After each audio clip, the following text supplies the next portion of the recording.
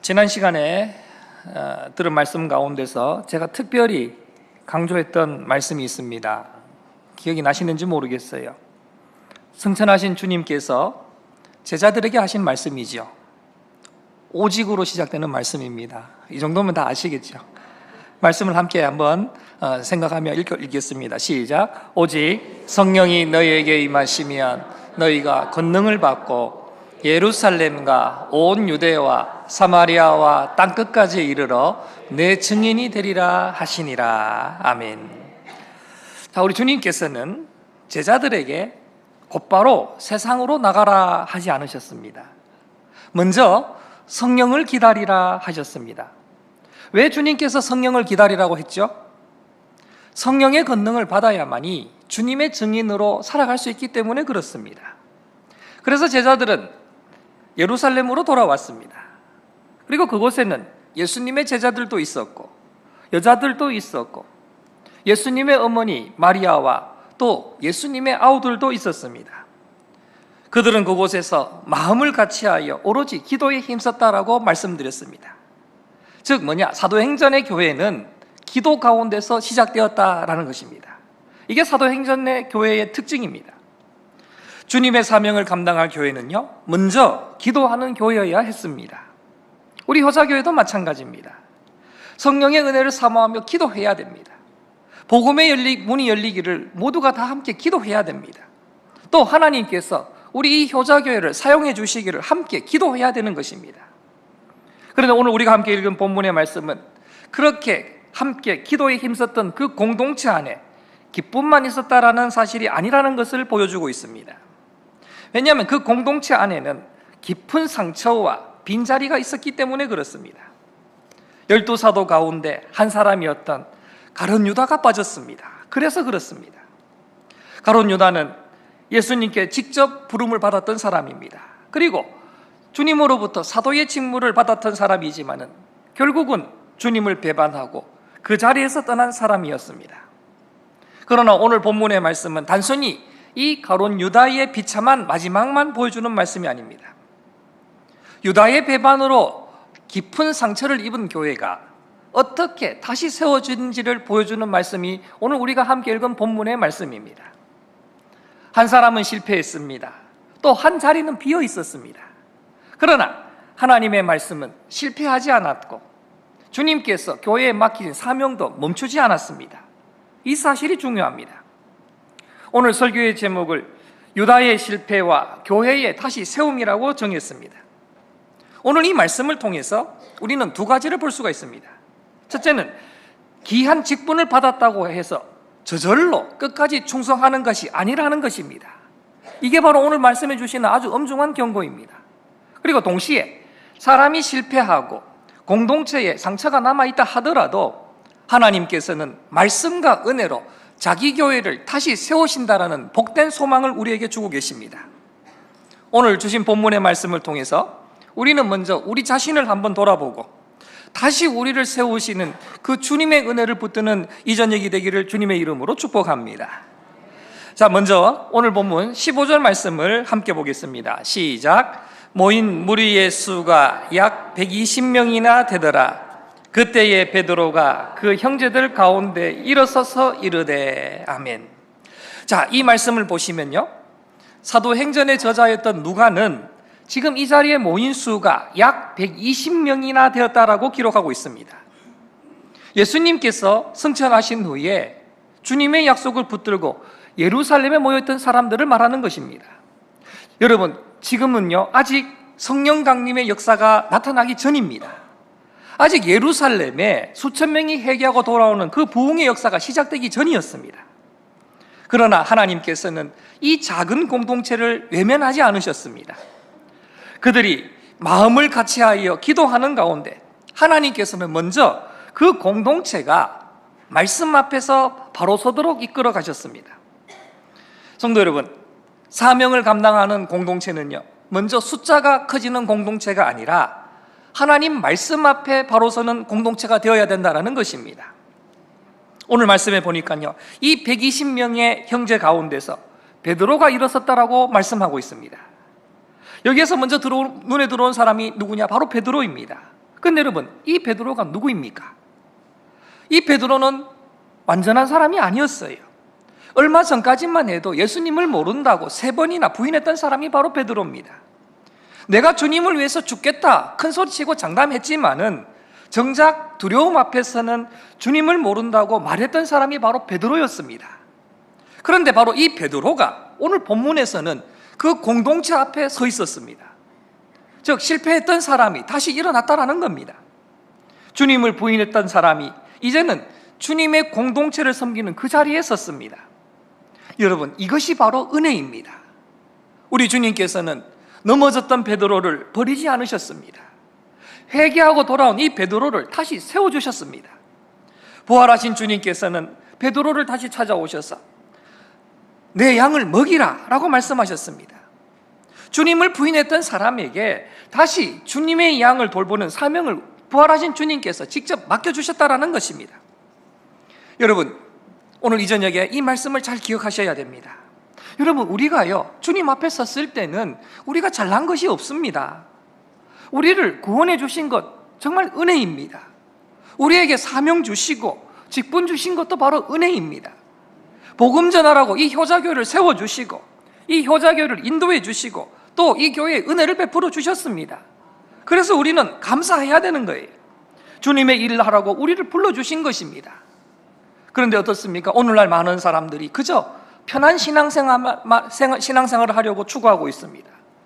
편하게 신앙생활하는 것 좋게 보일 수 있습니다. 편안하게 시원한 곳에서 와서, 여름에 시원한 곳에 와서 예배 드리고 그저 은혜 받고 위로받고 돌아가는 것, 겉으로 볼 때는 좋을 수가 있습니다. 그러나 여러분, 기억하십시오. 편한 신앙생활은 천국의 상급이 없습니다. 구원은 받지만 천국의 상급이 없습니다. 제가 새벽마다 섬기는 자들을 위해서 기도할 때에 이 땅의 형통함뿐만 아니라 천국의 상급을 달라고 기도하는 것도 바로 이런 원리에서 기도하는 겁니다. 편하게 신앙생활하는 사람요, 자녀에게 복이 임하지 않습니다. 신앙의 선배들의 그 모든 유산들이 자녀들에게 돌아가게 되어 있습니다. 다 아시지 않습니까? 우리가 하나님 일을 할 때에 지레 겁먹고 도망칠 필요가 없습니다.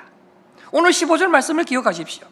주님께서는 바로 실패했던 베드로를 다시 세워주셨다라는 사실입니다. 우리 효자의 성도들에게 이러한 은혜가 충만하시기를 주님의 이름으로 축원합니다. 자, 16절 17절 말씀 함께 읽겠습니다. 시작. 형제들아, 성령이 다윗의 입을 통하여 예수 잡는 자들의 길잡이가 된 유다를 가리켜 미리 말씀하신 성경이 응하였으니 마땅하도다. 이 사람은 본래 우리 수 가운데 참여하여 이 직무의 한 부분을 맡았던 자라.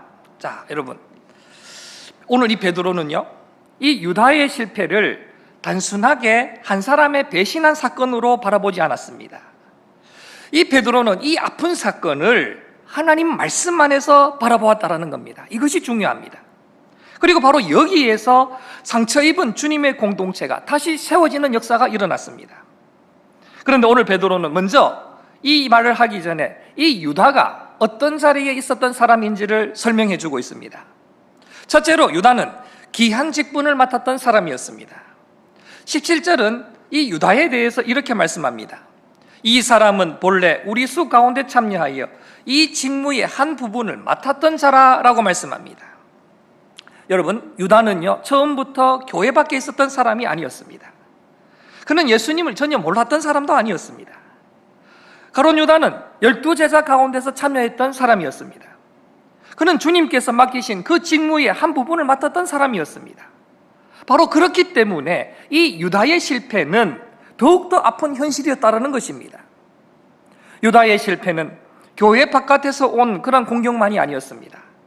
함께 주님을 따르고 함께 사명을 받았던 사람의 실패가 바로 유다의 실패였습니다. 그래서 제자 공동체가 느꼈던 그 상처는 더 깊었을 것입니다. 그러나 베드로는 그 상처 때문에 사명 자체를 의심하지 않았습니다.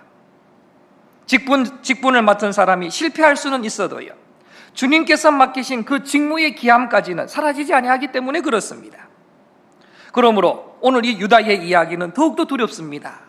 왜 두려울까요? 귀한 직분을 받았다라는 그 사실이 자동적으로 끝까지 충성하게 만들어주는 것이 아니기 때문에 그렇습니다. 그래서 이 유다의 모습이 두려운 거예요. 주님께 가까이 있었다라는 그 사실이 자동적으로 끝까지 믿음을 지킬 수 있도록 만들어주는 것이 아니라는 것입니다. 직분은 받았다는 사실로 자랑할 것이 아니라 끝까지 은혜 안에서 감당할 책임이 바로 직분의 자리인 것입니다. 물론 오늘 이 유다가 맡았던 사도의 직무는 오늘날 교회의 모든 직분과 그대로 같은 것은 아니지요. 그는 예수 그리스도의 죽으심과 부활을 증언하도록 세움받았던 12사도 가운데 한 사람이었습니다. 그러나 여기에는 오늘 우리에게도 동일하게 분명하게 적용되는 원리가 있습니다. 하나님께서 맡기신 그 사명의 자리는 크고 작음을 떠나서 자랑으로 붙들 자리가 아니라 감사와 경외함으로 감당할 자리라는 사실입니다. 그렇습니다. 하나님께서는 우리를 구원해 주시는 것만으로 끝내지 않으셨습니다. 각 사람에게 주님의 몸된 교회를 섬길 자리와 복음을 위해서 살아갈 그 사명을 하나님께서 주셨습니다.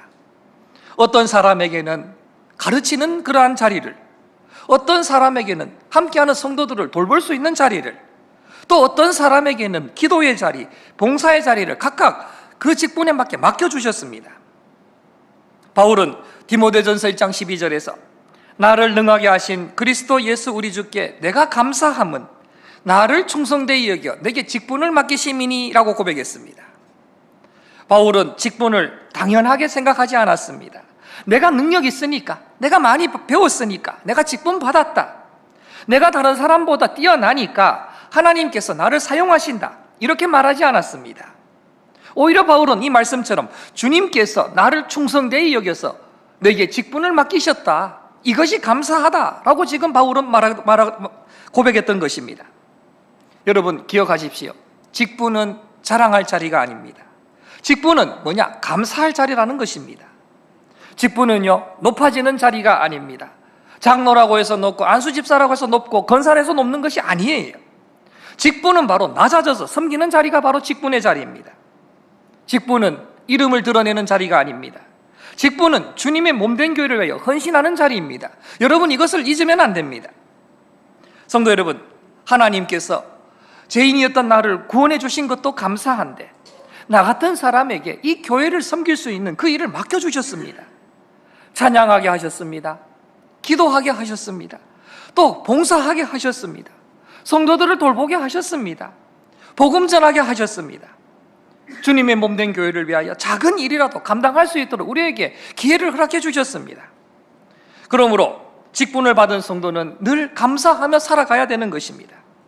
주님, 부족한 나에게 이 귀한 일을 맡겨주셔서 감사합니다. 주님, 나를 사용해 주셔서 감사합니다. 주님, 내가 맡은 자리에서 충성하게 하옵소서. 이 고백이 여러분 모두의 고백이 되기를 주님의 이름으로 축원합니다. 그런데 여러분, 오늘 본문에 나오는 가룟 유다도요, 바로 이렇게 귀한 직분을 받았던 사람이었습니다. 이 유다가 얼마나 큰 은혜의 자리에 가까이 있었습니까? 그는 성육신하신 하나님의 아들 예수 그리스도를 직접 그 눈으로 보았습니다. 주님의 말씀을 들었습니다. 주님과 함께 길을 걸어갔습니다. 병자를 고치시고 귀신을 내쫓으시며 생명을 살리시는 그 예수님의 능력을 직접 바라보았습니다. 그리고 자신도 주님의 보내심을 받아서 하나님 나라를 전하는 그 사도의 직무에 참여했습니다. 그런데 유다가 어떻게 되었습니까? 가장 복된 자리에 가까이 있었지만은 결국에는 가장 비참한 길로 내려가고 말았던 것입니다. 주님 가까이 있었지만은 그의 마음은 주님에게서부터 멀어졌습니다. 주님의 말씀을 들었지만은 그 말씀에 자신을 맡기지 않았습니다. 주님의 사명을 받았지만은 끝까지 그 길을 걸어가지 못했습니다. 오늘 우리는 이 가룟 유다를 보면서 다른 사람을 판단하는 것으로 끝나면 안 됩니다. 저 사람이 왜 저렇게 되었을까? 이렇게 그저 그냥 단순하게 생각하고 지나가면 안 됩니다. 나도 주님의 은혜 없이는 끝까지 설 수 없는 사람이라는 사실을 우리는 잊으면 안 됩니다.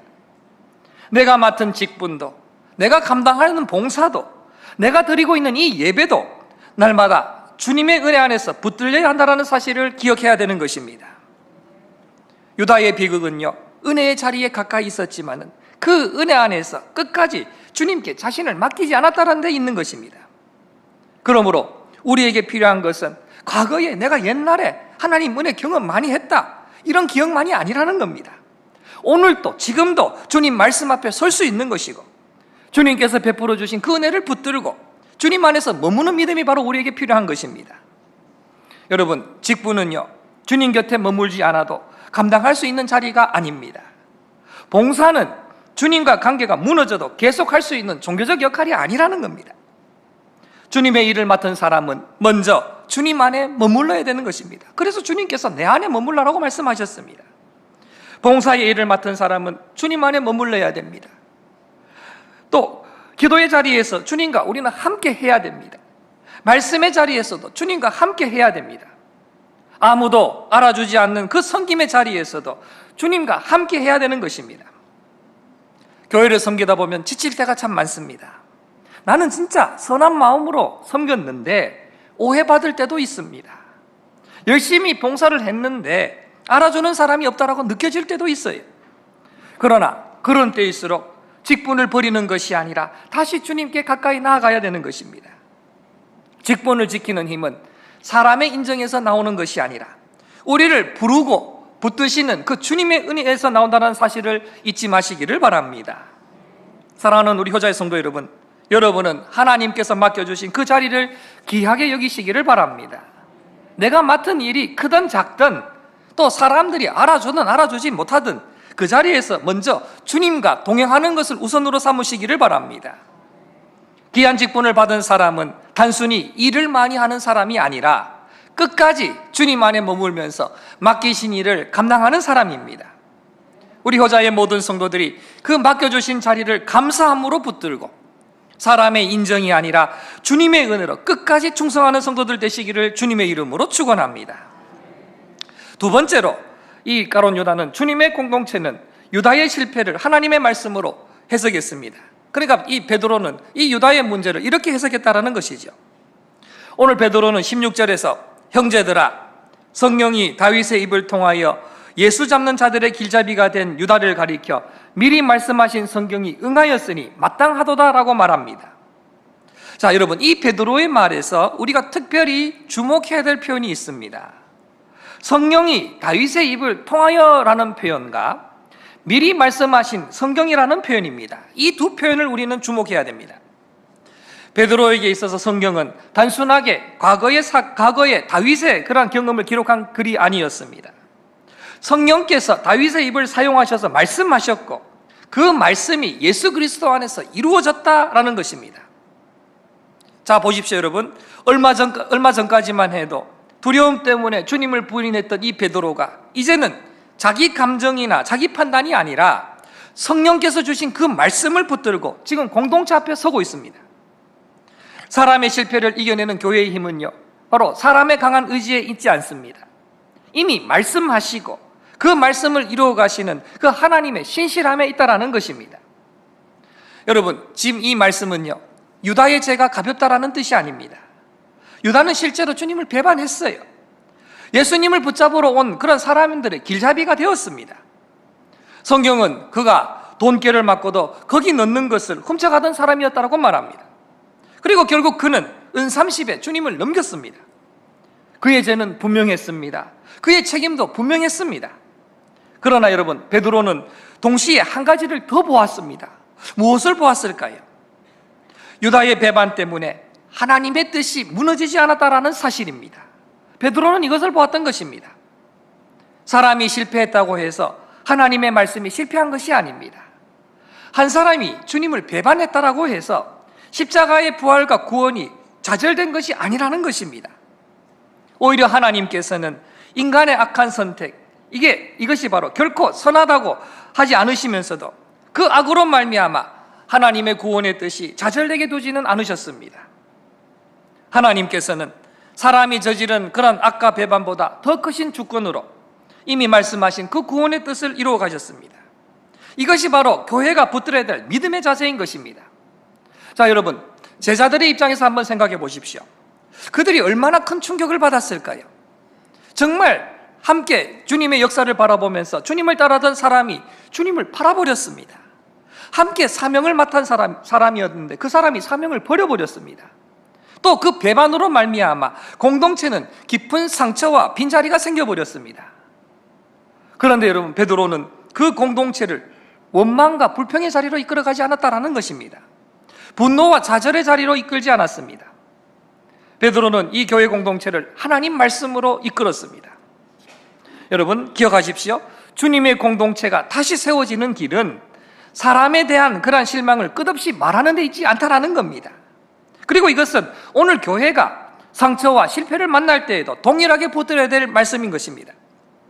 교회는 하나님의 말씀 앞에서 사건을 바라보고 하나님의 뜻이 여전히 이루어지고 있음을 믿으며 다시 일어서야 되는 것입니다. 우리도 마찬가지입니다.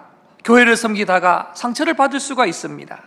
믿었던 사람에게 말로 인해서 상처를 받고 실망할 수도 있습니다. 또 내 자신이 넘어지고 실패할 수도 있어요. 그러나 그럴수록 더 말씀을 바라보셔야 됩니다. 여러분, 말씀의 자리를 떠나시면 안 됩니다. 기도의 자리를 떠나시면 안 됩니다. 사람은요, 실패할 수 있지만은 하나님의 말씀은 실패하지 않는다라는 것입니다.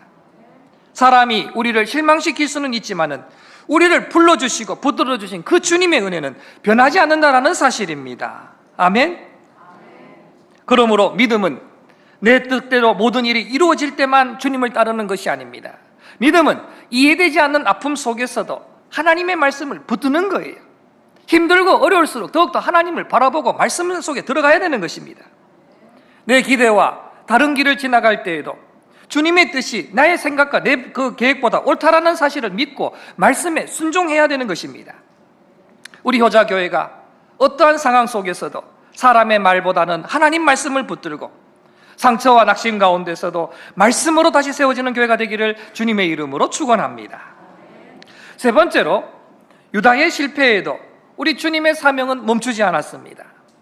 오늘 18절과 19절은 이 유다의 마지막을 아주 매우 무겁게 기록을 하고 있습니다. 자, 18절 19절 말씀 함께 읽겠습니다. 시작. 이 사람이 불의의 삭스로 밭을 사고 후에 몸이 공두박질하여 배가 터져 창자가 다 흘러나온지라. 이 일이 예루살렘에 사는 모든 사람에게 알리어져 그들의 말로는 그 밭을 아겔다마라 하니 이는 피밭이라는 뜻이라.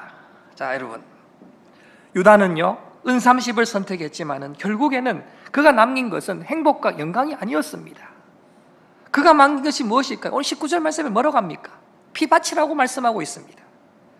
피밭은 주님을 배반한 선택의 그런 비참한 흔적이었습니다.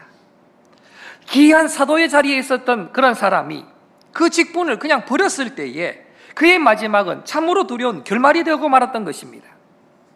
마태복음에서는요, 제자들이 이 유다가 던진 돈으로 그 밭을 샀다라고 기록하고 있고요, 사도행전은 그 밭이 유다의 불의한 선택으로 말미암아 생긴 결과였음을 강조하고 있습니다. 결국 그 밭은 주님을 배반한 그의 삶이 남긴 비참한 증거였던 것입니다. 그런데 오늘 본문은 이 유다의 비참한 마지막에서 끝나지 않는다라는 것입니다. 20절에 베드로는 시편 말씀을 인용해서 말씀을 전하고 있습니다. 20절 말씀 함께 읽겠습니다. 시작. 시편에 기록하였으되 그의 거처를 황폐하게 하시며 거기 거하는 자가 없게 하소서 하였고 또 일렀으되 그의 직분을 타인이 취하게 하소서 하였도다. 아멘. 자, 지금 이 베드로가 인용한 말씀은 시편의 말씀입니다. 오늘 말씀의 가운데서 그의 거처를 황폐하게 하시며 라는 말씀은 시편 69편의 말씀이고요, 그의 직분을 타인이 취하게 하소서라는 말씀은 시편 109편의 말씀입니다. 자, 이 시편들이 의인이 악한 자에게 고난을 당한 상황 속에서 하나님께 공의로운 판단을 구하는 말씀이 바로 이 시편들입니다. 그런데 베드로는 이 말씀을 의로우신 예수님을 배반한 이 유다의 사건 속에서 이루어졌다라는 것을 선포하고 있습니다. 주님을 배반한 죄는 감추어지거나 가볍게 처리될 일이 아니었습니다. 하나님께서는 그 죄를 판단하셨습니다. 그러나 동시에 하나님께서는 그 판단 이후에도 구원의 역사와 복음의 증언을 멈추지 않으셨다라는 것입니다. 우리가 오늘 이 말씀에서 주목해야 될 말씀이 있습니다. 바로 뭐냐? 그의 직분을 타인이 취하게 하소서라는 말씀입니다. 유다는요, 자기 직분을 버렸어요. 그러나 주님께서는 교회에 맡기신 그 증인의 사명까지 사라지지 않았다는 것을 말씀하십니다. 유다가 떠났다고 해서 복음의 증언이 멈추어지는 것이 아니라는 겁니다. 한 사람이 무너졌다고 해서 주님의 교회가 무너지는 것이 아니라는 것입니다. 이제 다음 시간에 살펴볼 21절 이하의 말씀에서 이 주님의 공동체는 이제 유다의 빈자리를 대신할 사람을 세우게 됩니다. 이 일이 참으로 중요한 일이 되었습니다. 왜 중요한 일이 되었을까요? 단순하게 12명이라는 그런 숫자를 채우거나 아니면은 빈 직책 하나를 보충하기 위한 그런 행정적인 일이 아니었습니다. 예수님께서는 친히 12사도를 세우셨고 이제 그들은 십자가에서 죽으시고 부활하신 그 주님을 증언하는 공동체로 서야만 했습니다. 그래서 베드로는 단순히 일을 잘할 사람 한 명을 찾자고 하지 않았습니다. 요한의 세례에서부터 주님의 승천까지 함께 다녔고 무엇보다 우리와 더불어 예수께서 부활하심을 증언한 사람을 찾아야 한다라고 말하고 있습니다. 이제 다음 시간에 살펴볼 말씀입니다. 여러분, 교회가 다시 세워진다라는 것은 조직이 정상화된다라는 그러한 뜻이 아닙니다. 예수 그리스도의 죽으심과 부활을 증언하는 사명이 다시 분명해지는 것이 바로 교회가 세워지는 것입니다. 주님께서는 상처 입은 공동체를 그대로 내버려 두지 않으셨습니다. 실패와 배반으로 생긴 그 빈자리 가운데서도 다시 증언의 공동체를 세우시고 또 복음의 증언을 계속하게 하셨던 것입니다. 성도 여러분, 사람은요 약합니다. 그래서 누구나 다 실패할 수가 있어요. 그러나 하나님의 말씀은 절대 실패하지 않는다는 사실을 꼭 기억하시기를 바랍니다. 사람은요 맡겨진 자리에서 그 자리를 버릴 수가 있어요. 그러나 주님께서는 자기 백성에게 맡기신 그 복음의 증언을 멈추지 않으셨습니다. 오늘 이 유다의 실패에도 불구하고 우리 주님께서는 다시 증언의 공동체를 세우셨습니다. 상처 입은 공동체를 말씀으로 일으키시고 다시 주님의 사명을 향하여 걸어가게 하셨습니다. 우리 효자교회도 앞으로 어떠한 어려움과 또 아픔이 생긴다 하더라도 하나님의 말씀으로 다시 일어나 주님께서 맡겨주신 이 복음의 사명을 끝까지 감당하는 교회가 되기를 주님의 이름으로 축원합니다. 이제 말씀을 맺으면서 다시 유다가 남긴 것을 한번 여러분 생각해 보십시오. 유다가 마지막에 남긴 것이 무엇입니까? 피밭입니다. 오늘 성경이 분명히 말씀합니다. 피밭이라고 했습니다. 유다는 귀한 직분을 받았습니다. 주님과 함께 걸었고요, 주님의 말씀을 직접 들었습니다. 그러나 그가 끝까지 주님 안에 머물지 않았을 때 그의 생애가 남긴 것은 배반과 탐욕과 실패의 흔적이었습니다. 그러나 오늘 본문에는 유다만 있는 것이 아니었습니다. 유다와 대조되는 한 사람, 바로 베드로가 오늘 본문에 서 있었습니다. 베드로도 역시 실패했던 사람입니다. 그러나 베드로는 회개하고 주님의 은혜 안으로 다시 돌아왔습니다. 그리고 무너진 공동체 안에서 다시 일어나서 하나님의 말씀을 선포하며 교회가 다시 사명으로 나아가도록 섬기는 사람이 되었습니다. 한 사람은 실패한 뒤에도 주님께 돌아오지 않아서 피밭을 남겼습니다. 다른 한 사람은 실패했지만은 은혜 안으로 다시 돌아와서 복음의 증인으로 세움을 받았다라는 것을 여러분 기억하시기를 바랍니다. 여러분, 중요한 것은요, 우리가 한 번도 넘어지지 않는 사람이 되는 것만이 아닙니다. 우리는 넘어질 수 있어요. 실패할 수 있어요. 그러나 넘어졌을 때 어디로 돌아가야 하느냐, 실패했을 때에 누구의 은혜를 붙드느냐라는 것입니다. 여러분, 오늘 이 유다의 이야기는 우리에게 엄중한 경고를 주고 있습니다. 귀한 직분을 받았다라는 그 사실만으로 충분하지 않다라는 겁니다. 오래 교회를 다녔다라는 그 사실만으로 충분하지 않습니다. 내가 예전에 왕년에 하나님 은혜를 경험했다, 이 기억만으로 충분하지 않습니다. 무엇이냐? 지금도 오늘도 바로 주님의 은혜 안에 머물러야 된다는 것입니다. 무엇보다도 하나님 말씀 앞에 서야 된다는 것입니다. 또한 맡겨주신 자리에서 은혜를 붙들고 충성해야 되는 것입니다. 오늘 말씀은 참으로 무거운 경고를 주고 있지만 또한 반대로 우리에게 큰 위로를 주고 있습니다. 교회 안에 상처가 생겨도 주님의 교회는 끝나지 않는다라는 거예요. 누군가는 실패해도 하나님의 말씀은 무너지지 않는다라는 것입니다. 우리 자신이 넘어져도 회개하며 주님께로 돌아오면은 주님께서는 다시 우리를 붙들어 주시고 세워 주심을 마음 깊이 새기시기를 바랍니다. 이 실패했던 베드로를 다시 세워 주셨던 주님께서 오늘도 은혜를 구하고 돌아오는 사람을 다시 세우신다는 사실을 기억하시기를 바랍니다. 넘어진 자리에서마다 주님을 붙드는 그 성도마다 베드로를 다시 세워주셨던 그 회복의 은혜를 여러분 모두가 경험하시기를 주님의 이름으로 축복합니다. 사랑하는 성도 여러분, 신앙생활 하면서 힘들 때가 있어요. 왜 없겠습니까? 상처받았다고 너무 슬퍼하지 마세요. 낙심했다고 주님 떠나지 마세요. 실패했다고 기도의 자리를 포기하지 마세요. 섬기다가 상처를 받았다고 맡겨주신 그 직분을 가볍게 여기지 마시기를 바랍니다. 사람 바라보면요 실망할 수 있어요. 하지만 우리는 우리를 부르신 주님을 다시 바라보며 서야 되는 것입니다. 오늘 말씀에 뭐라고 합니까? 유다는 마지막에 피밭을 남겼습니다. 그러나 여러분들은 바로 피밭이 아니라 믿음의 흔적을 남기시기를 주님의 이름으로 축원합니다. 우리 가정에는요 기도의 흔적을 남기셔야 되고요, 우리 자녀들에게는 주님을 사랑하는 그 부모의 흔적을, 또 우리 효자 교회 안에는 이름 없어도 기쁨으로 섬긴 그 충성의 흔적을, 또 우리가 만나는 한 영혼에게는 복음과 사랑의 흔적을 남기는 여러분 되시기를 바랍니다. 이제 잠시 후에 우리는 나는 주님을 섬기는 것에 후회가 없습니다라는 찬양을 함께 부르게 될 것입니다. 이 고백은 주님을 섬기는 길에 어려움이 없었다라는 뜻이 아닙니다. 눈물이 없었다라는 뜻도 아니고요, 지치고 상처받는 일이 없었다라는 뜻도 아닙니다. 또한 내가 언제나 완전하게 충성했다라는 그런 자기 확신의 고백도 아닙니다. 모든 순간에 나를 먼저 사랑하시고 나를 구원하시고 부족한 나에게 섬길 자리를 맡겨주신 그 주님의 은혜가 너무나 크기 때문에 실패하면 다시 주님 안으로 돌아오고, 지치면 다시 주님의 손을 붙들며 끝까지 주님을 섬기겠다는 믿음의 고백이 바로 우리가 함께 부를 찬양의 고백입니다. 우리 효자의 모든 성도들이 오늘 이 유다의 실패를 보면서 여러분 자신을 다시 한번 돌아보고 베드로를 다시 세우신 그 주님의 은혜를 붙들며 상처 가운데서도 말씀으로 세워지는 여러분 되시기를 바랍니다. 사람이 실패해도 하나님의 말씀은 실패하지 않습니다. 사람이 넘어져도 주님께서 맡겨주신 사명은 멈추지 않는다라는 그 사실을 붙들고 하나님께서 맡겨주신 자리에서 끝까지 충성하는 여러분 되시기를 바랍니다.